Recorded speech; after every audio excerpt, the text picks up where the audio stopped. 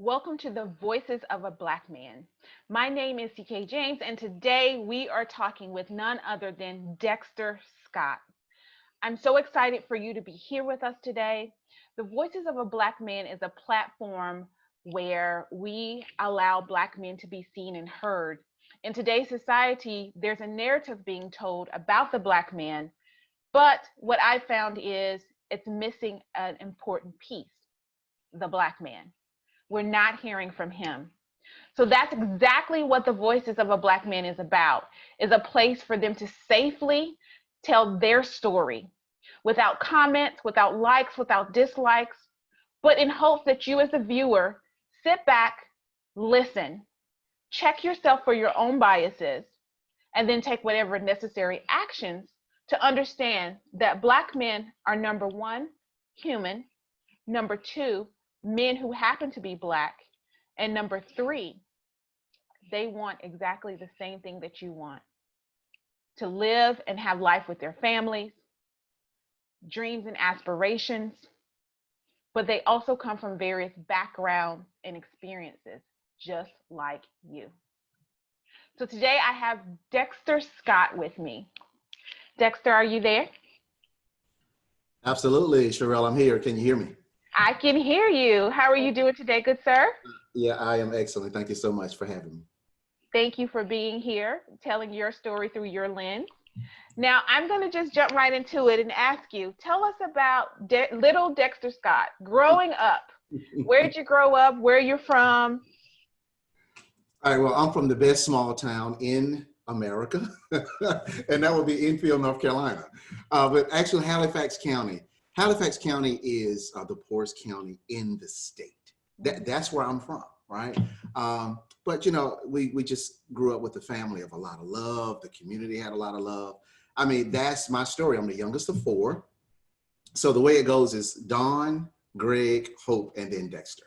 So I'm the baby of the family, and I had a great upbringing. My mom and dad were both in the house, and they were a very loving family, a very protective family in the sense of teaching us right from wrong, teaching us just kind of the things to think about, what to do. It's just an amazing upbringing. I look back on it with a lot of smiles because I really enjoyed my upbringing. It was great. Mm-hmm. Now, you talk about there being four of you guys. How far apart were you from the oldest? Now, here's what's interesting.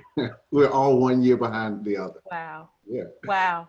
It's funny. Look, so we grew up. My mom at the time was an elementary school teacher. So can you imagine you're at home with your mom, and then you have to go to school and see your mom? That was our reality. So we all, you know, one after the other, we were all in elementary school together. So it was just a great experience.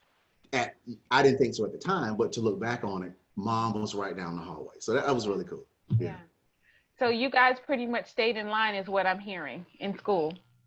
Mostly. You know, I was, as the baby of the family, you trying to try limits, right? And that's exactly what I used to do. But, you know, for the most part, I was a good kid. But out of the four of us, I was the one that kind of pushed the limits. So that's just who I am, you know. Is that still the same way today? To a certain extent. It might be a little different because now I'm older. I have more responsibilities, family, you know, children, those kinds of things. So it's a little different, but I kind of see sometimes I do kind of push the limits in certain things. So, So growing up, mom and dad is there. When you look back on growing up, what are some top things that you remember that you maybe took for granted then, but looking back, you're like, wow, that was a blessing? Okay, so it's funny. I talked to my mom earlier. So I let her know about this interview, and she said, don't forget to mention such and such. And I'm like, you know what? I was going to do that. But so my dad worked for the North Carolina Department of Corrections. Okay. So he worked the morning shift. So he was basically out of the house by 5 and at home about 3. So he did the 6 to 2 schedule.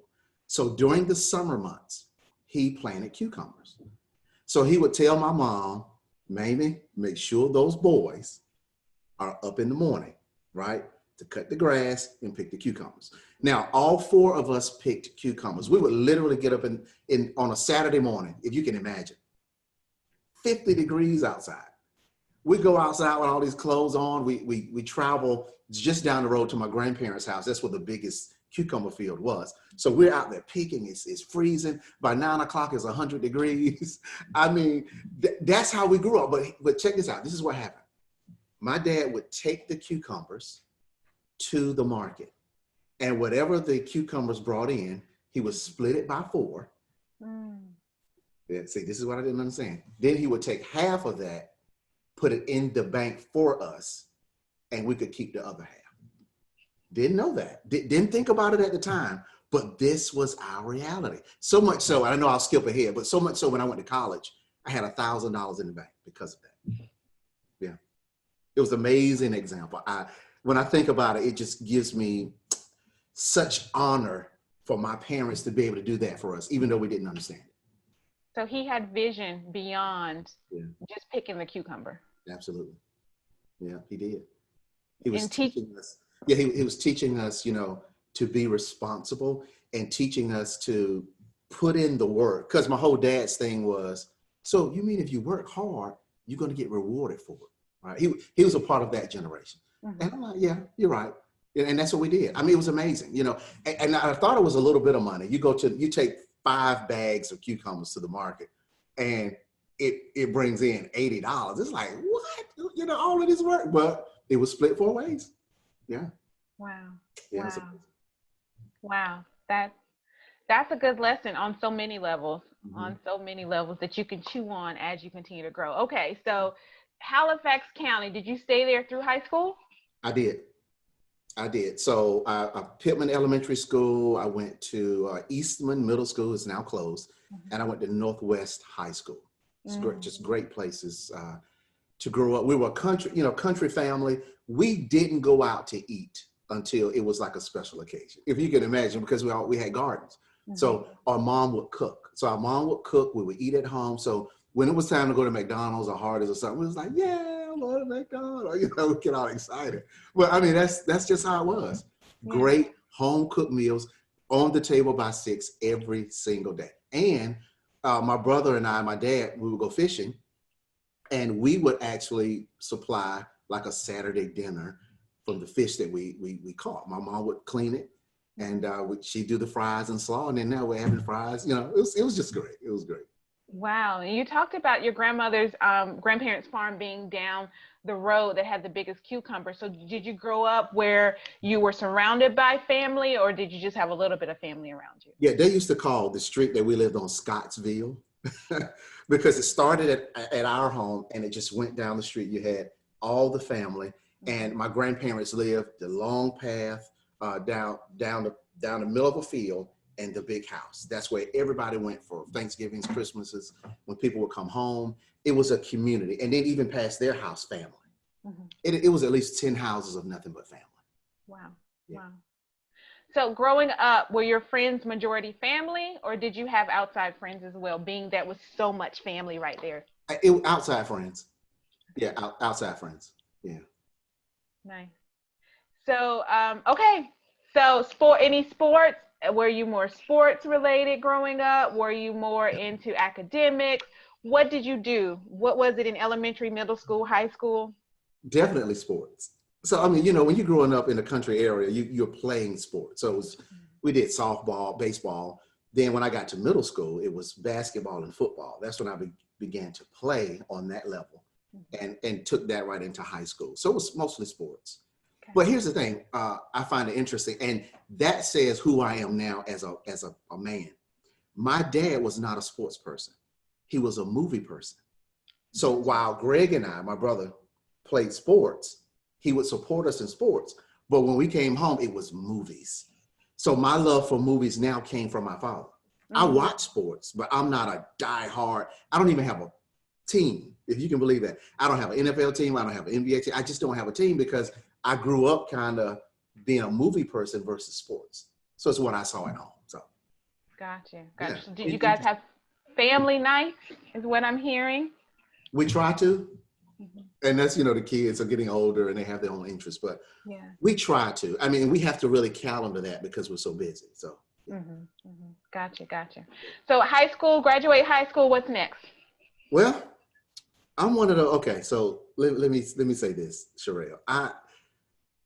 I was one of those young men that I had to find my journey, Okay. because here I am. This was probably my junior year of high school. Everybody starts asking the question, so where are you going to college? Where are you going to college? All this kind of stuff. So, it just wasn't on the top of my mind. So here comes senior year. We're having to fill out the papers. And my mom is actually the one who helped me submit the application to Elizabeth City State University. So I'm like, okay, I'm going to college. But I'm telling you, I don't know what was happening up here. All I knew was I was playing sports. I was doing good. Then I'm starting to look around at other people who were going to school. And then my mom and dad were saying, go to school, get a good job, the whole picket fence kind of thing. A lot of us are familiar with that, but that's how I got into college. So went on an academic scholarship. And so now, remember I said I was the youngest of four. So we're all in elementary school together. Three of us are in middle school together. So you're talking about 6, 7, and 8. We each graduate. My sister Dawn goes to high school, then Greg, then Hope, then Dexter. So we're all in high school at the same time. It's crazy. Wow. But Wow. here's the thing, Sherelle, and you guys that are listening, you got to hear this. Each year after that, Dawn graduates on an academic scholarship to Elizabeth City State University. Greg graduates from high school, academic scholarship, Elizabeth City State University. Hope graduates from high school, academic scholarship, Elizabeth City University. So what did Dexter do? Elizabeth City State University. So when I got to college, the school actually did an article on us, because never in the history of Elizabeth City did they have 4 siblings at the school at the same time. I mean, my parents were proud. It was amazing. When we went back to school, it was 3 or 4 carloads of stuff. Mm-hmm. People knew when we were coming because we had to drop off this dorm, that dorm, that dorm. It was amazing, right? It was cool. So because you guys went to the same school, Mm-hmm. which is pretty cool, it's almost an extension of being home, right? Is continuing the experience of growing up together. Did you guys get your own separate things like cars to go to school, different things like that, or did you share? How did that operate and work? Well, it was a shared thing for the most part, Yeah. but we all, we each had our separate stuff, as it relates to just what you need for school or whatnot. But, one kid goes home, you can catch a ride home or whatever. Yeah. But even though we were family, we still found our own zones, if that's a good way of saying it. My sisters helped keep me in line because, I was the youngest one, kind of doing crazy stuff. So they were often called, because we would always call home, talk to mom and dad, and they would say, hey, so what's, talk to Dexter, Yeah, I talked to him the other day. I saw him the other day. It was really cool. Now that I look back, it makes me smile even more. It was great. Yeah. And I hear, or you think that you guys were girl, boy Girl, growing boy, up? yep. Girl, boy, girl, boy. Wow. Yeah. Wow. Yeah. Wow. So when you think about hanging out in Halifax County, just hanging out, what is one of those memories that come to you that you remember from being young, elementary, middle school, high school, college, going back home type thing? Um, what's something that you're like, I'll never forget this time? Um, well, there was no such thing as hanging out in Halifax County because there's nothing to do. So we were in the middle. If anybody knows where I-95 is, Enfield is like in the middle of Rocky Mount and Roanoke Rapids. So we would just pick, we're going to Roanoke Rapids, we're going to Rocky Mount. I had friends that I would hang out with in Rocky Mount, some in Roanoke Rapids. So to look back on that time, it was just great in the sense of you just had good people, good families, everybody kind of looked out for one another. And there's this thing I told my wife when we got married a long time ago. It's interesting when you driving down the road in the country, right? So here's the steering wheel. I would see my dad do this when a car was passing. He would. I'm like, what is he doing? But that was a wave in the country. You're driving. I'm like, okay, now I got it. And every time, Sherelle, when we're driving like into town, if somebody's walking, pull over to the side, hop in the back, catch a ride. That's how I grew up, but just hanging out, it was great in that, you know, my friends were just really grounded in the sense of we had each other's backs. And it was just great going over their houses. They would come over mine. It was really cool. But, you know, in the country, it's not like living in a neighborhood. You know, you had to literally ask your parents, can you take me there? Because it's 20, 30 minutes away. But that's just how it was. But it was amazing. Now, what from your childhood has shaped you as you look now, shaped some of your principles and the way you live your life today? Ooh, so many things. Now, my mom and dad would make sure that we went to church. We were a church family. So no matter how long Greg and I hung out on Saturday night, or how long Greg hung out or I hung out with him and his friends, me and my friends were together, it was always when my dad went to work on Sunday morning, Mamie, make sure those boys go to church. So I don't care if we got in at 3 a.m. It was, we're leaving for church at 8, you better be on time. And we were always on time. And it just shapes me in the sense of, I am a stickler for being on time. My family, I could probably get on their nerves when I say this, but it's like, it's a Dennis Kimbrough quote. I think it says, if you're early, you're on time. If you're on time, you're late. If you're late, you're fired. My kids can tell you that, because that's just who I am. I love being on time, but that shaped me.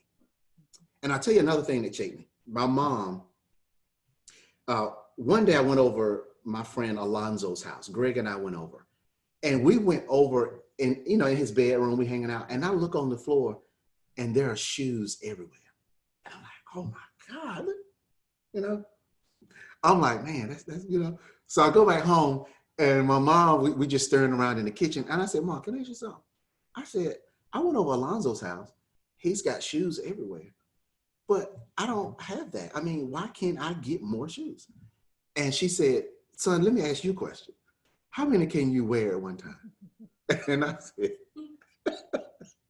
said, one. Okay. And that's all I said.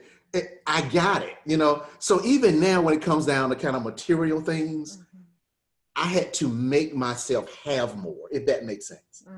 Because I learned here to kind of settle, which is not a good thing, but it also could be a good thing in the sense of you don't need a lot of unnecessary stuff, which is what I thought. So, yeah. Wow. Interesting. That is. Yeah. That was it. She turned that thing around on you. She did. Go Mom. With no need to explain anything further, right? Look, that's it. And I got it too, yeah. So let me ask you this. When was the first time you realized that you weren't just a young man, but you were a Black man? And what did that mean to you? I think about in middle school, there was a course that I had, and it was Caucasian, female. And I look back on it and I'm like, well, she probably had a lot of issues with us, but she was just unkept, if you mean, as far as attitude wise. She would do a lot of screaming. And you think about it as a kid, middle schooler, you're trying to just be you're trying to learn and do your thing or whatever. And she was just always loud and yelling at us, specific ones. I'm like, why is she doing, what's up with that? But we didn't really think anything of it at that time. But you began to see the differences and the segments of, okay, she's not yelling at them, but she's yelling at us. What's going on here? That was kind of the experience. And then going into high school, the pockets, you started seeing pockets, and rightfully so, you gravitate toward those who are most like you, right? So you start to see the pockets of Black kids, white kids, and it was generally those two cultures, not anything else outside of that. That's where I grew up. So yeah, you just began to see certain things and people kind of looking at you a little strange. And I'm telling you, and that's why it's such a sensitive topic in the sense of everybody needs to understand where everybody else is. And it requires a conversation, right? So, and that's what we're looking at doing even today. A conversation needs to be had, but that's when I kind of, started noticing a few things. Yeah. And as you continue to mature, what has over the years solidified in your mind regarding being a Black man? Hmm. Um, the sense of, and I know, especially if you're Black, you'll understand this statement: be better than. That was something that was drilled in from my parents, and we got to look at the era, right? Look at the era that they grew up in, right? 40s, 50s, 60s. So you're looking at, son, you got to be better than, have to be better than. And let me say this too: my father, he retired from the Department of Corrections in North Carolina, and he's passed on. But one of the things that we came to find out as we got older is he was really hard on Greg and I. Not as much on Hope and Don, my sisters, but really hard on Greg and I. And it might have been my mom. I think it was my mom. She said to me one day, son, you need to realize something. When your dad goes to work, he sees your age group behind bars in prison. Wow. And I was like, okay, now I'm starting to understand why he's so hard on us, because he needs us to understand you're not going to be that. So here's how you need to basically govern yourself as a person. So I look back on that and I'm like, okay, that's where that came from. It really makes a lot of sense in some of the things a lot of the things he was saying. Mm-hmm, mm-hmm. Yeah. So when you talk about being better than, let's talk about that for a minute. Well, can you explain a little bit more of what it means to be, what that statement means for our viewers that may not understand it? Okay, so you have to, when we show up, you just got to show up right. You got to show up with, I can't leave any room for you not to know that I supposed to be here. So you just show up. When you show up, you make sure everything is right. You show up, you make sure that you're governing yourself in a certain way. We've heard the whole statement of one bad apple spoils the whole bunch or whatever. And the media paints the story, and all of us are bad. And so when I see some of the stuff that I see on the news, which I don't watch a lot of, is that's not me. That's not my story. That's not my family. And the way that they put things, it just causes such uproars. So when I show up, I'm just going to show up the way that I need to show up, where you know that I'm not a threat to you, but I need you to know that you're not a threat to me either.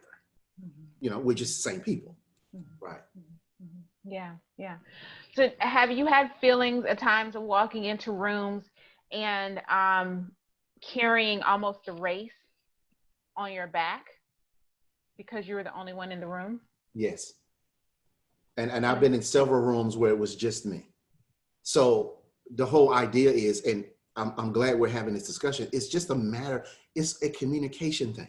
So when Earl Nightingale says the sides of a coin are spurious, right? You have the heads and the tails. Well, when any of us walk into a room, what's going on in our heads? Like, what are they thinking about me that I don't know? So see, that's the thing. So I can't show up in a certain way, because sometimes as a Black male, you feel like you're carrying who we are into the room, not who I am. See, that's the thing. The media would paint it that we all show up the same way. No, that's not it. But we're all cognizant of that. And that's the programming that we unfortunately have to walk around with. It's just that. You gotta, when you walk into a room, you're like, man, what's going on here? Or nothing could be going on. That's the point. We don't know. Gotcha. Yeah. Gotcha. So I want to go back a little bit. I want to go back to college. And you finished college with what degree? Business management. Okay. Yeah, business management. And let me just throw this in. When I got to school, it was a shock to my system. Dexter had to stop fooling around. My first semester, I had a 1.79. Now, Sherelle, I know you probably say, oh my God, that's horrible. And it is, and it was, but it taught me because it was that shock from going from high school to bus is coming, Dexter, get up, bus come, blah, blah, blah, blah, to I got to get my own butt up to be at that building by 8 o'clock. Well, Dexter, are you hungry? You need to get up early so you can eat at the caf before you know, all that kind of stuff. So I got my act together sort of around my end of my sophomore year, junior year. And then I was able to get my GPA up, all those kinds of things. I think I graduated with I was a 3.79 my last semester of college. And then I was able to walk out, and I was proud of that because I worked to get that. That was after finding out who I was. Yeah. And who were you at that time? Well, I was exploration. I was exploring who I am. I knew I was capable because when that 1.79 came, I'm like, that's embarrassing. That's really embarrassing. So the second semester, I kind of improved a little bit, but I didn't improve it enough because I pledged my sophomore year. I didn't get my letters because my GPA wasn't where it needed to be. So that just like, okay, so you're totally responsible for that because you've been fooling around. So I got my act together and finally got my letters, but it just taught me that I got this personal responsibility is key. It's who I need to be. It's who I need to show up as, right, in all areas. So that's what it just taught me. Be that person that explores opportunities, but you got to show up in order to do that. Got you. And when you say pledge, that equates to joining a fraternity, correct? Yeah, I placed Alpha Phi Alpha. I actually placed twice, my sophomore year, and I got my letters my senior year. You're really serious about it. Yeah, and it just happens to be the greatest fraternity on the planet. But I just thought I would throw that in, and you can, we can keep going.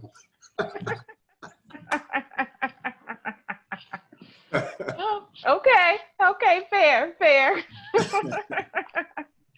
So now Elizabeth City State University is what they call a HBCU, which stands for Historically Black College and University, which means that's primarily African Americans or Blacks that go there. Growing up before getting to Elizabeth City State University, was your elementary, middle school, high school, was it predominantly Black, or was it more of a bigger mix? No, it was predominantly Black. Okay. Right. So I grew up around Black people. Okay. Yep. Okay. What was the shock getting to college? Any shocks? Not really, because it looked the same, just more people. Gotcha. Yep, just more people. What was the shock graduating and going into the workforce? Here's the thing that's interesting. When you go into the workforce, you're not going to see what I didn't see what I saw, right? Going through college and graduating.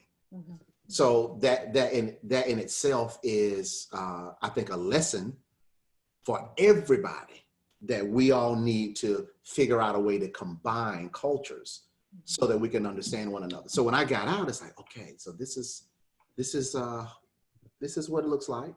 But still, what was instilled in me, still the same, same person, respect people, show up, be honorable. It took me a while to stop saying, yes, sir, no, sir, yes, ma'am, no, ma'am, even after I became an adult, because that's just how I was raised.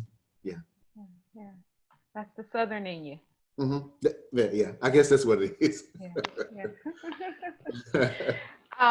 So, okay, let's talk about,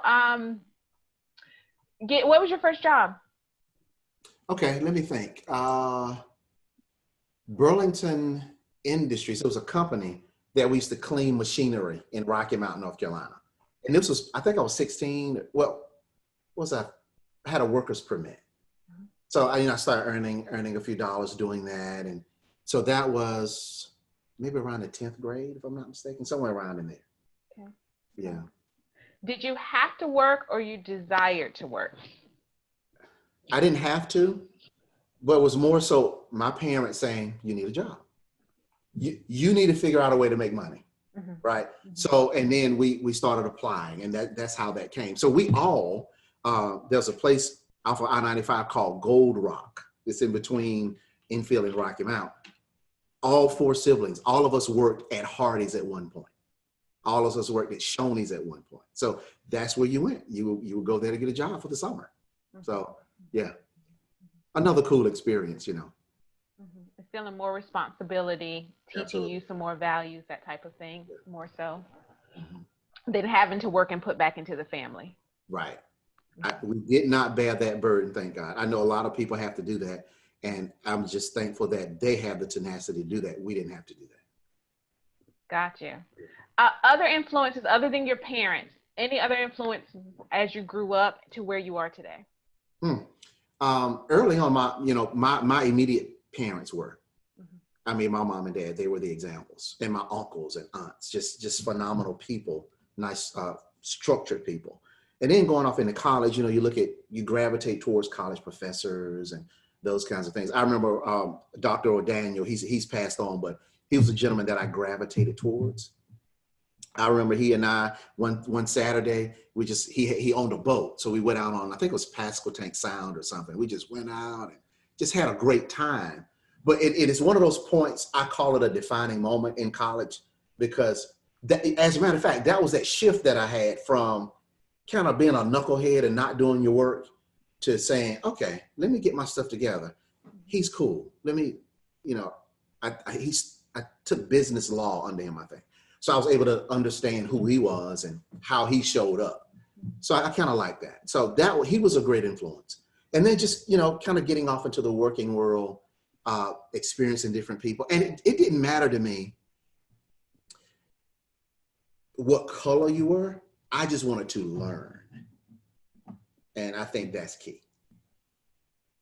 Wow. Any mentors along the way? Yeah, I have several now that I reach out to and get information from. And they just teach you so much because they're living life from a level that you haven't seen. Mm-hmm. So the things that they share with me, the things that they say, hey, X, Y, Z, I'm like, okay, I see it. I see it. Just help me understand it. Now I see it. Mm-hmm. Yeah. Are they all Black males? They are. They are in the sense that if we had to tag it mentorship, Yeah. Yeah. but there's several people that I learned from. Right. And I think that's good too. Several people that I can have a conversation with and I'm like, okay, that's really good, and I can draw from that individual, and they're just all over the spectrum. Mm-hmm. Yeah. Mm-hmm. Gotcha. So let's talk about this thing. You brought it up to me before we kind of got going here, and it was pretty interesting. And I wanted to make sure that we kind of talked about it. Mm-hmm. The voice of the unheard. Mm-hmm. So the voice of the unheard, my wife, Tanya, and I, one of our businesses is the Upgraders. Mm-hmm. And our tagline is, we may not know you, but we know what's in you. Mm-hmm. And we come from the perspective of mindset a lot. It's all mindset. And people shift, they hop over mindset like it's just something you can flick. Mm-hmm. I'm like, if you flick away mindset, you can forget everything else. And everybody just skirts over it. So the voice of the unheard. Okay. So Sherelle, I walk into a room and I'm the only Black male in the room. Mm-hmm. Let's say there's 50 people in the room. So what's the voice of the unheard? The voice of the unheard is what I'm saying in my own mind. Mm-hmm. What am I saying? Because it doesn't matter what they're saying. What am I saying? And what are the conclusions that I'm drawing to based on that voice that nobody else hears? So, and it comes from the subconscious mind. It comes from how we were raised, all of us. And it comes from the fact that what did we watch growing up on television, or what did we see from our parents or those that were around us? What did we see? What did we hear? What did we experience? All of those things form who we are now. So the voice of the unheard is nothing but what we've experienced up until adulthood. So there's data that suggests by the time that we're 19 years of age, 95% of who we are has already been formed. Mm-hmm. So if we look at that, 95% of who I am right now was formed between the ages of 1 and 19. So it's like, wow. So what happened back then to shape who I am now? So there was a lady that I went to a thing in North Carolina State University. I was doing some coaching out there at one point to some students. And There was a lady that spoke, and she talked about slavery. I've never heard it this way before.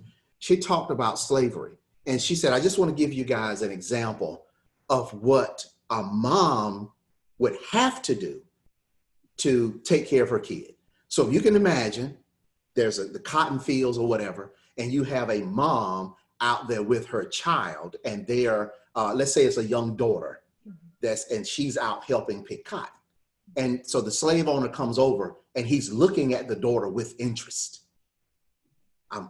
Who's that? Who is that? And the mom would say, oh, you don't want her. She's dumb. She's stupid. She's this, she's that. Now, the part about that is what's going into that child's subconscious mind, because she doesn't understand that her mom is only trying to protect her. So in that protection, which was a right thing to do, what was spoken and what that child heard went deep into the subconscious mind. So if I think I'm dumb and I'm stupid, and I'm an adult, and I walk into a room, what's the voice of the unheard? Am I dumb? Am I stupid? Am I supposed to be here? See, these are all the kinds of questions that we dive into when we talk about mindset, because who you show up to be has layers to it. And those layers happen in the first years of your life. So there's a group called the Jesuits. They said, give me a child until he's 7 and I'll show you the man. They said, give me a boy until he's 7 and I'll show you the man. Well, it goes for men or women. So what does that mean? Up until the age of 7, I can program you to be who I want you to be, but it's based on the programming. And it's this stuff, it's so many levels to this thing that we communicate a conversation, an immediate conversation to begin to dialogue. Who are you? This is who I am. Let's talk. And then we can cut these stereotypes, or labeling as the media does. So let's talk about that for a minute, and talk about from a media lens of what they show and what as a kid I'm watching and I'm hearing, or the experiences of my parents, and I want to make sure I'm understanding this right, or the experiences of my parents that they then put on me because of their experiences, right? And it may be for protection, and it may be them fearing certain things for me, and so they want to make sure, so they're instilling these things in me that have a negative or adverse effect, that then cause me to think differently, or maybe even the adverse effect being an outcome that they weren't looking for, but they thought that if I do these things, if I say these things, if I protect you in this way, then it will be the opposite of what the effect actually had. Is that what I'm hearing? Yeah, it is. It is. And this is where we, when a child becomes an adult and begin to learn these things, that's when we need to, of course, say our parents, they just didn't know. Yeah. That was the effect. And it's okay, right? Because now I'm learning who I am and I'm responsible for how I show up. Right. Yeah. So you're exactly right. So it's no longer that's on mom and dad because that's what they did. At some point, it's on me as the individual. Absolutely. Yeah. Wow. Yeah. Alvin Toffler says the illiterate of the 21st century won't be those who can't read or write, but it will be those who can't learn, unlearn, and relearn. So what we learned, we have to unlearn it. And I'm unlearning what was the mistake. I recognize it. Let me unlearn that. Now let me relearn who I really am. And if we can come from that perspective, then it'll lighten the load of what we think, even about our parents who, quote unquote, made those mistakes, that, again, from the lens that we're looking through. So let's take this to a broader stage, to society as a general, as a whole, to society in the sense of where we are today, with what's happening in the world today. I hear you saying that those 3 things would help us as a society to be able to have a conversation, because you've said a couple times we need to have certain conversations that we need to have, and I want to delve into that just a little bit. Conversations that we need to have, but being able to learn, unlearn, and relearn different things that we may have learned in our past, whether we know that we learned them or not, subconsciously, consciously, those things were implanted into us. Do you think, and I know there's not a one size fit all formula, but do you think that's a great foundation place to start? I do. I really do. Sure. It looks like the screen is kind of freezing a little bit. Am I still looking okay? Yeah, you look good Okay. to me. Okay. Mhm. Okay. Just want to make sure. Okay. Yeah, that's a great starting point. Because see, if my parents taught me something that is not right, I learned that from them, quote unquote. Mhm. But here I am now. I got to unlearn that. Mhm. That was your perspective back then, but it doesn't mean it's right. Mhm. Right. So, and that's what gets into the dialogue. My wife talks a lot about, she used to be a trainer, a shared pool of meaning. So if all of us can sit at a table, what we need to do is to objectively come to the table with no preconceived notions at all. So the shared pool of meaning can begin to rise when I speak from a perspective of adding to the conversation with no preconceived notions. See, that's the key. It's got to be shared, but from an objective place. If I bring my anxieties, my worries, my fears, my angers to the table, then I could participate in cognitive dissonance if I'm not aware of what I'm doing, because it's already here. You're not going to take it out. I already got my mind made up. You're not going to tell me anything. And see, that's not effective at all. Yeah. It's just a total waste of time. How do I come with no conceived notions? Ooh, that's good. That's big. Well, okay.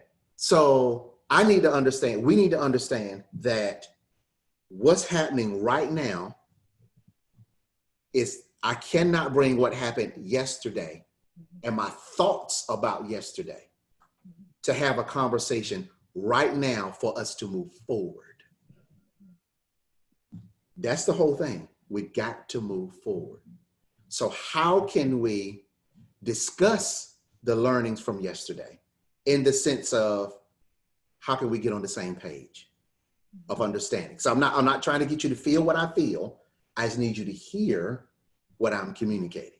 And then I believe that's a place of building.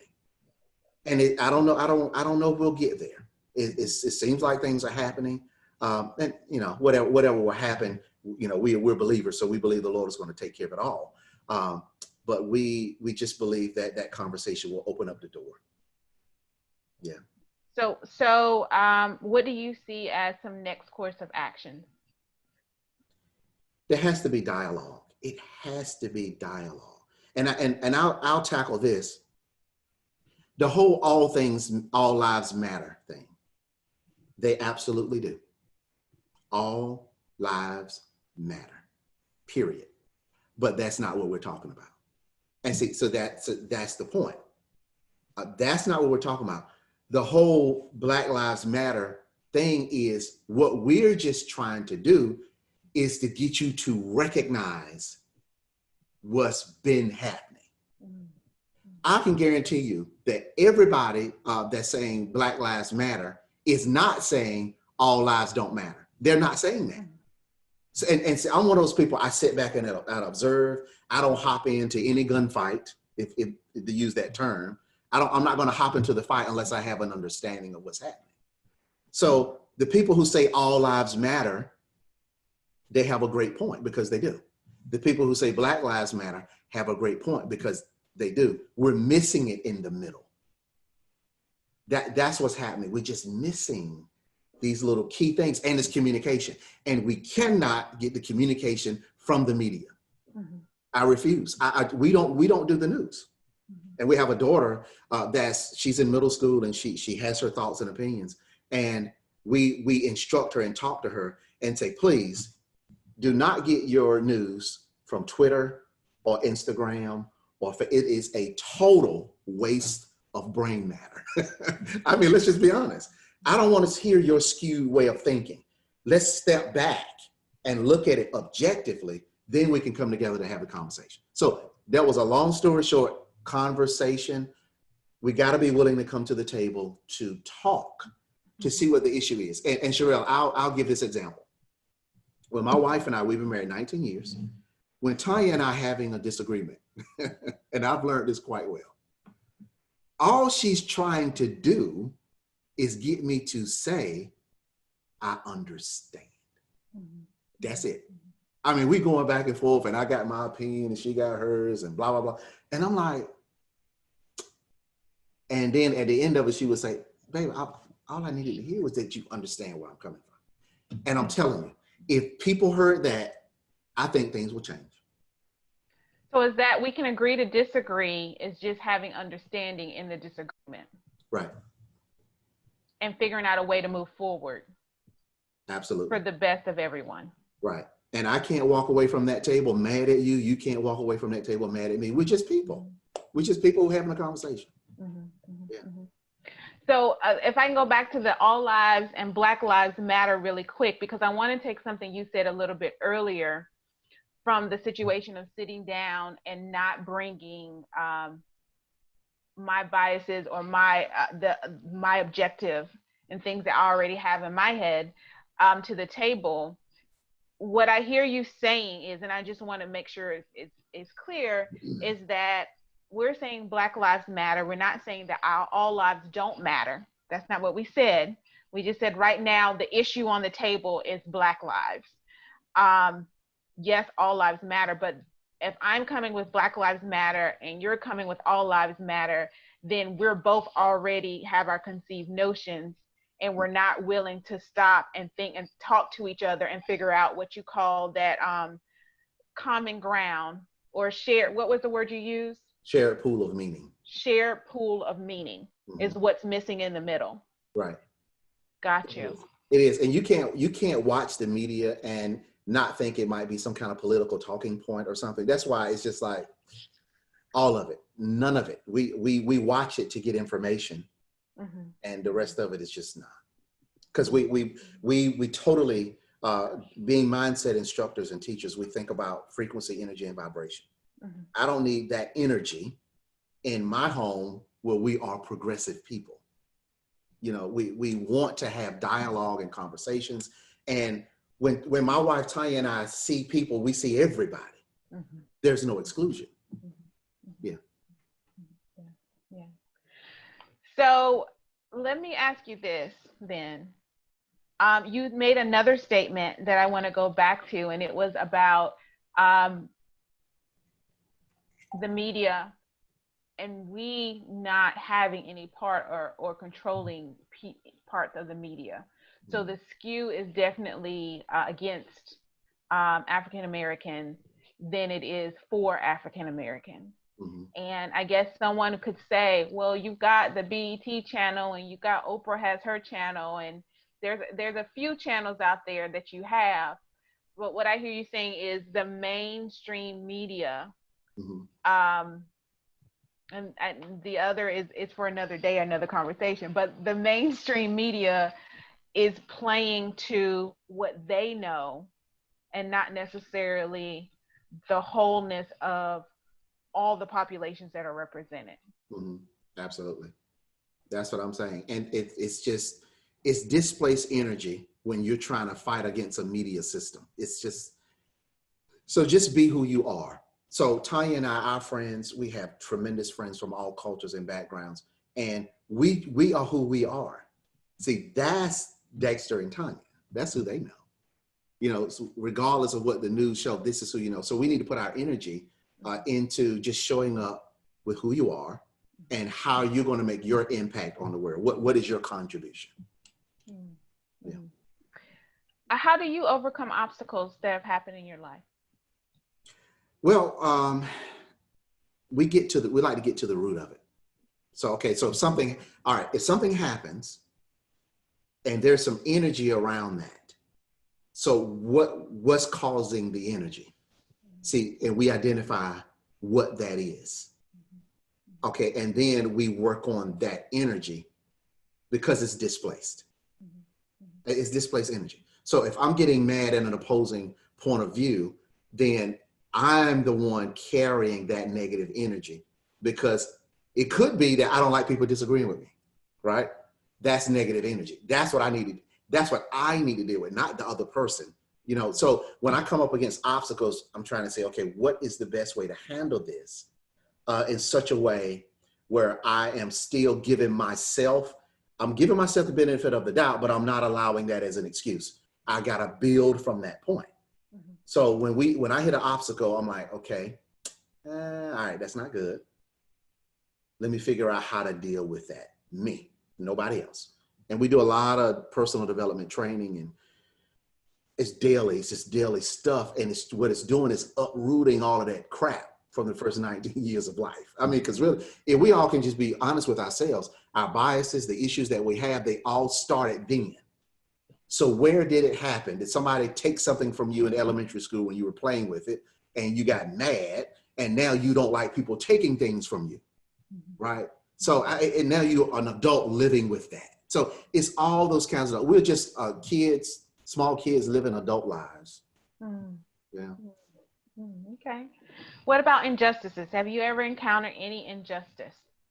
Yeah, I have. And that's the point that, and let me say this too, Sherelle, then I'll give you an example. A good friend of mine, we're in business together. It's something else that we're doing. He asked me the question. We were on a Zoom with several of the partners, all men, and I'm the only Black gentleman there. He asked the question. He's from Canada. And this is where I'm saying we got to objectively look at things. He said, Dexter, I just want to talk to you, man. I'm in Canada, and I want to ask you, tell me, because I don't understand. He said, I don't understand. I'm in Canada. We see what's happening in the US.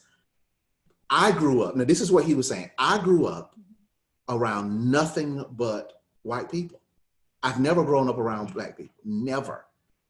He said, so I don't understand what it is that you guys experience. So can we dialogue? And we had a tremendous conversation.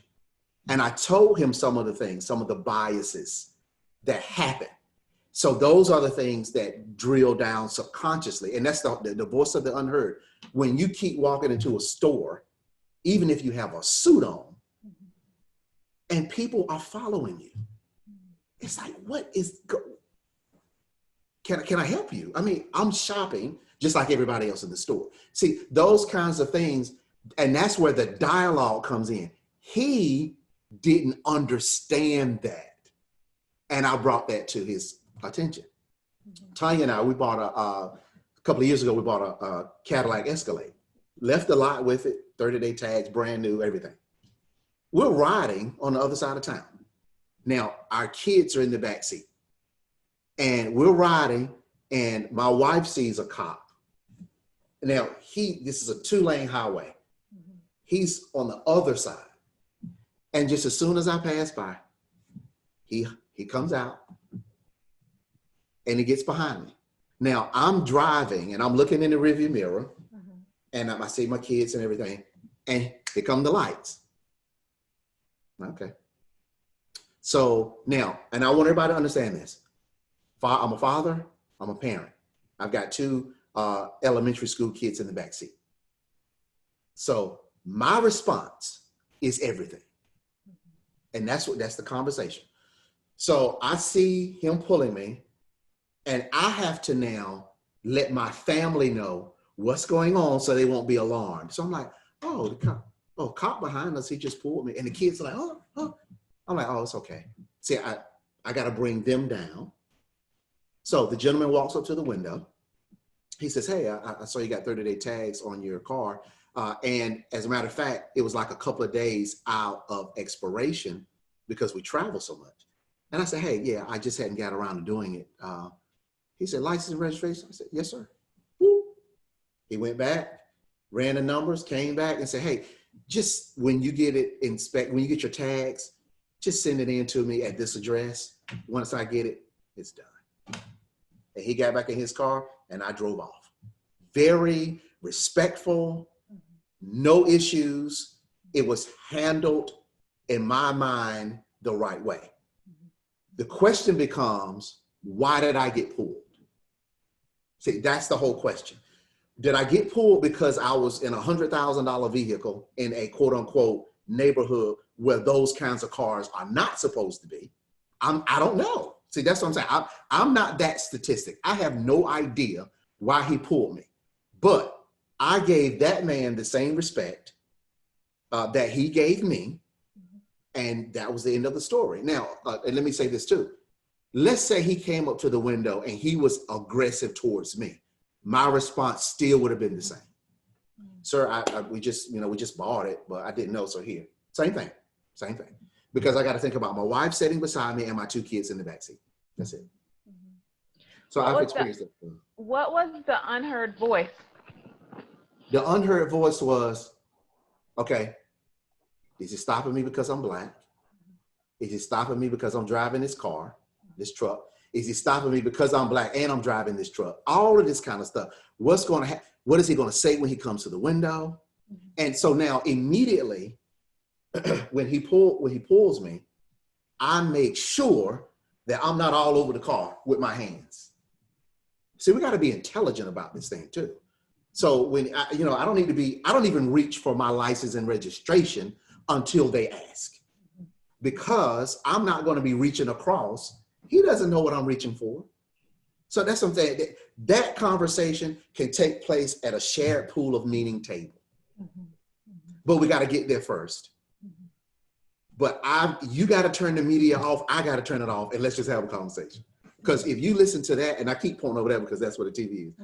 If we keep listening, oh my God, we keep listening to this garbage in. Les Brown says, garbage in, garbage out. And we say, no. He said, no, it's not. Garbage in, garbage stays, and it stinks.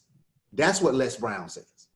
It stinks. Because if I continue to watch media-fed hype about fighting, then that I'm feeding my mind garbage. So all that I have to operate on is garbage. So I hope that makes sense, but It does. Absolutely. Yeah. Absolutely. So how do we get to the table to turn the TVs off and to have the conversation? That's, Sherelle, I honestly don't know. I honestly don't know because we have my wife and I call it the new abnormal. What we're living in right now is a new abnormal. There's nothing normal about it, but high levels of anxiety exist. My wife and I went to the doctor a couple of months ago, and they told us that people are just calling for the anxiety is high. There's really nothing physically wrong with them. The anxiety is high.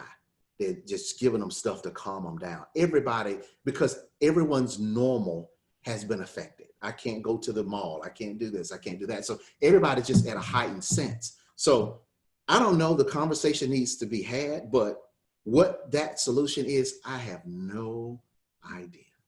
I'll be honest, because we can't even come together now. Yeah. Because that's of the fair. so. Yeah. You're a father, and your kids, middle school, high school? One is going to high school and one is in the 8th grade. Okay. What's your desire and fears for them? My desire is them to be extreme. I don't want them to be productive citizens. I want them to be extremely productive citizens. I want them to live a life above bar. Like my wife and I with the upgraders, I want them to have an upgraded life in every area. So what does that look like? Upgraded in their income, in their wealth building, upgraded in their service to humanity, upgraded in their relationships, all areas. We want them upgraded, which is why we have them reading books and we have conversations with them and we talk to them about living in a world where all things are possible, right? Now, you mentioned fears. That's an interesting word because I don't think about fears. If that's a good way, if I'm explaining this right, I don't think about fears. I don't look at my kids and be fearful of their lives. I look at them for where I want them to be. And that all goes back to frequency, energy, and vibration. Where do I want my kids to be? This is where I want them to be. What are you focused on? I'm focused on that. I'm not focused on what could happen to them. There are a lot of coulds. And what happens with the coulds is they put you in a place of fear. And then you don't allow anything to take place growth-wise. So those are my thoughts. I mean, we just want them to be extremely productive, and we're teaching them to follow what it is that they're gifted to do, in the sense of, what do you want to do? Yeah. What do you want to do? And then let's put some energy behind that. Wonderful. So I want to go back really quick, just so that we don't leave our viewers hanging, because we stopped at college and the gap between college and now. How did you get to where you are today, the profession that you're in today, the things that you do? How did you get there from college to now? A lot of failures, and that's what it is. We talk about that all the time too. You got to fail. Samuel Beckett says, have you ever tried, ever failed? It doesn't matter. Try again, fail better. So we literally have said, okay, if we're going to make any statement in this world, we have got to become comfortable with failure. And we had to understand, we had to unlearn the fact that I was a C student in high school. I had to unlearn the fact that my 1.7 GPA or 1.9 GPA the first semester of college is who I am. No, that's not who I am. I just didn't apply myself. So I took the college experience, got out into the world, and recognized that I am not paid what I'm worth. So I went that route. I got laid off from a job back then because the company just closed down. So that's just happened to me twice. And then I got into banking. So I was a loan officer for a while. And that was great. It was great experience, great learning the system, learning how to work with people. Left that, and my wife and I, the Upgraders is our personal development company. And we've traveled around the world just speaking and teaching people mindset development strategies, how to upgrade their life on all levels. And we're also in direct sales, which I'm going to say is, people do not understand the power of direct sales, because the personal development involved is beyond anything I've ever done. It is massive. And we've been able, through the failures, that quote unquote failures, but they're learnings.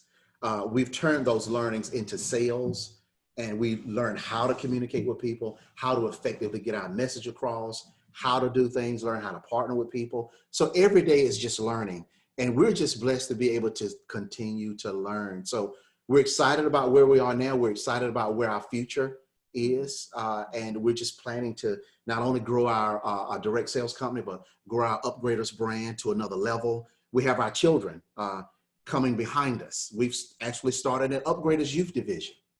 It's not got off the ground yet, but that's theirs. And we're telling them that's yours. And they're really not like, what's that? Like you'll figure it out, but this is going to be yours. So that's the gap. A lot of failures, but a lot of learnings in the process, which has got us to where we are now. So when it's all said and done, what's the legacy and mark on life? I want to be able to, I want my grandchildren, we have two granddaughters. I want my grandchildren's grandchildren to be able to live off of the wealth that my wife and I develop now.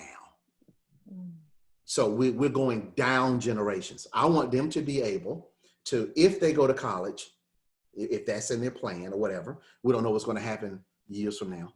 Whatever the plan is, I want to be able to give them the wealth that they need to get it done, where they don't have to go and put themselves in debt to do it. I'm not saying debt is bad, but we need to be able to provide them the nest egg that they need in order to get their dreams possible. One of the things that Tanya and I, for years, we've been married 19 years. One of the things that I would tell her when we first got married is, I want each kid to have a property. Each of them, when they reach the age of adulthood, we need to be able to hand them keys so that they can turn the lock on the door that they own, right? We still haven't gotten to that point, but we're going to get there.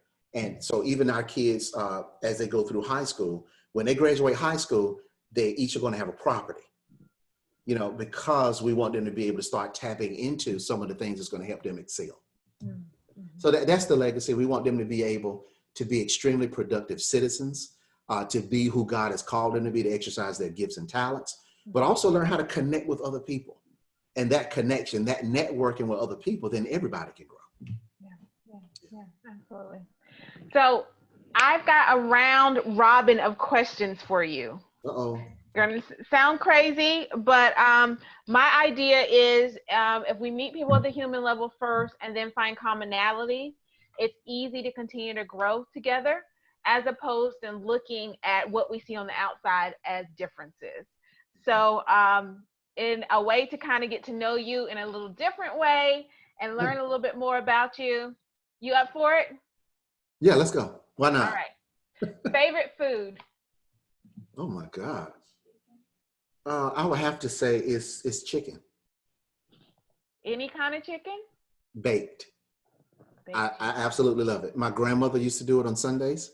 My mom still does it. But we would go to every Sunday, we'd go to my grandma's house after church, and there was baked chicken, and it was incredible. So I kind of got a love for it then. Baked chicken. Okay. Favorite movie? Oh, mm, I love Face Off. I don't know if you've seen John Travolta and Nicolas Cage. Yeah.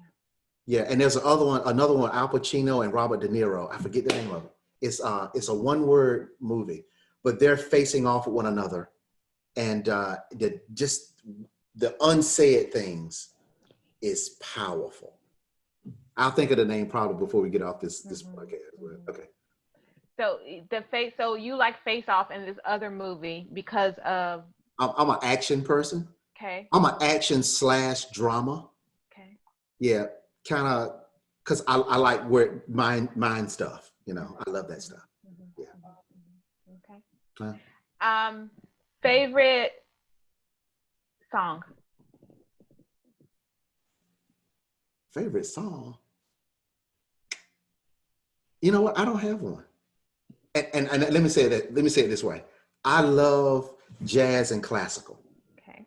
And the reason being is because while I'm listening to it, my mind is open to explore.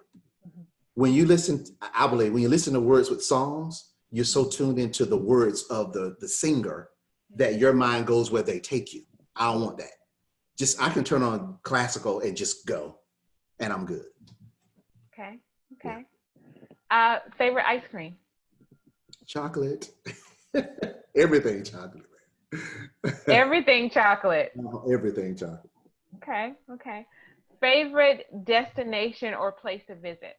Oh my gracious, we went to Santorini, Greece, and when we crossed the hill and actually saw the blue domes on top of the buildings and the water, we went to tears. Mm. It's something to behold, to see with your own eyes. Mm-hmm. Last one. Favorite hobby? I like spending time with my family. I absolutely love it. And I get that from my father. We growing up in Enfield, we had acres of land, and we would go home and I would just watch my dad sit over in the corner and watch all the grandkids run. We cooked out, we ate, and I'm a lot like him in that. I absolutely love it. Gotcha. Just Yeah. observing and being there and watching the happiness and the interactions with the family. Right, because isn't that life? Yeah. That's Yeah. life. Yeah. Yeah. Yeah. Wow. This has been amazing. I have enjoyed myself. I thank you for telling your story through your lens, Dexter Scott. I want to give you the floor at this moment to speak to what's on your heart. Anything that you feel society hasn't seen or heard from you, or you hadn't been able to tell, whether it's to a person, community, the world. I'm going to be quiet and give you the stage Okay, how long do I have? until you stop. Okay, no, I'm just going to take a moment. Everybody that knows me knows I absolutely love quotes, because quotes allow you to get into the mindset of the person who actually wrote them. But they're so deep, right? So 2 quotes that I'm going to say. One is, we must unlearn. I'm going to say it slow because we really got to get this. This is for everybody. We must unlearn the things that we have been programmed to believe since birth, because that software no longer exists if we want to live in a world where all things are possible. We've got to unlearn the programming. We've got to unlearn the programming. Guys, if you don't know me and I don't know you, that's okay. So what's going to bring us to know one another? Let's have a conversation. Let's stop making preconceived notions about people and how they think. Now, when somebody reveals who they are, so now the question becomes, is that your thinking or is that your programmed thinking? Because when we all identify where that program comes from, it's like, okay, well, I can see how you're like that. Let me give this quick example. When I mentioned that Tanya and I went to the doctor a couple of months ago, we're sitting in the waiting room, waiting on the doctor. Tanya's sitting on the table. The doctor comes in. Now, the Sherelle, this is another one of those things that those biases that we recognize. This gentleman came in, Caucasian doctor. He came in and he only looked at Tanya, just like I'm looking at this camera right now. Now I'm sitting right there in the chair, and he began to ask my wife questions, and I began to respond with some things that she didn't quite know how to answer. And the way that I'm looking at this camera is the way that he was looking at me. He wasn't. And I sat there and I'm like, wow, he's not going to give me eye contact. I don't quite understand that. So as he kept dialoguing with Tanya, Tanya would look at me and I would give him the answer, and he still didn't look at me. And he was probably, if I had to guess, probably 70, 72, 73. And I'm like, that potentially could be a bias that he has. Doesn't have anything to do with me. Mm-hmm. That's your bias. Mm-hmm. So eventually I stood up and got beside Tanya and I forced him to look at me. See, that's programming. That's programming that he got from where he got it from. Doesn't have anything to do with me. So I just took my offense away and my ego away, and I concentrated on what we're there for, and that was my wife. So that's one of the things. We got to unlearn the things that we've been programmed since birth. Now, last quote, Akmedino says, within me burns a flame that has been passed down from generations uncounted. And its heat is a constant irritation to my spirit to be more than I am, and I will.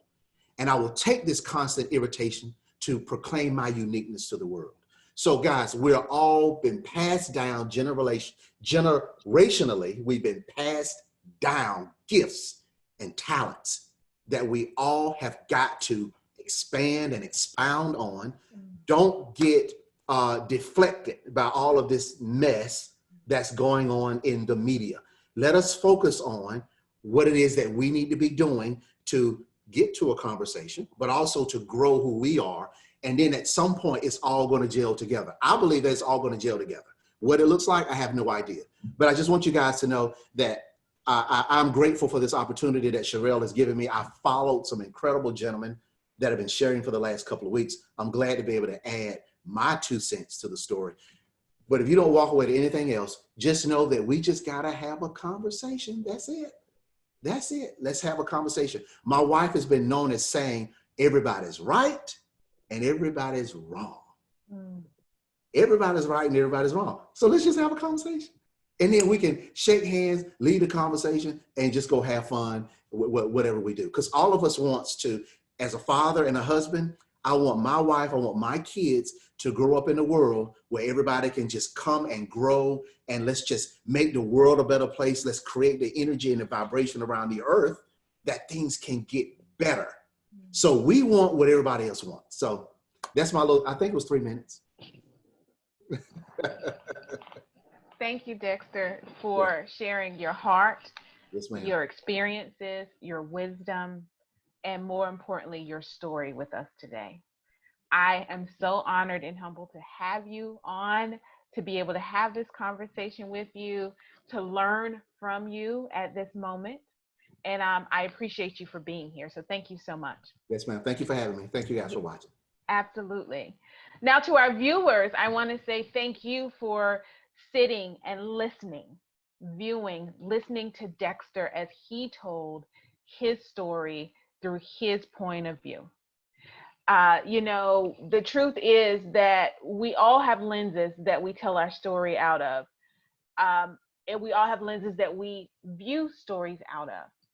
Now, that means that we all have biases somewhere. And Dexter talked about today that there's things that are in our past that may be controlling us today, and we have no idea that those are where those thoughts and actions or the way we feel about things are coming from.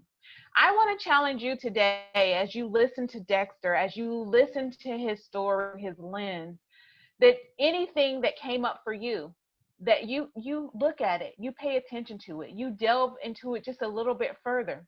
You know, you can listen and he can tell his story, but at the end of the day, what you do is all up to you. I'm CK James. This has been the Voices of a Black Man, and I'll see you tomorrow, same time, 12 p.m. Eastern, same channel. And I look forward to seeing you back here. Take care. Bye.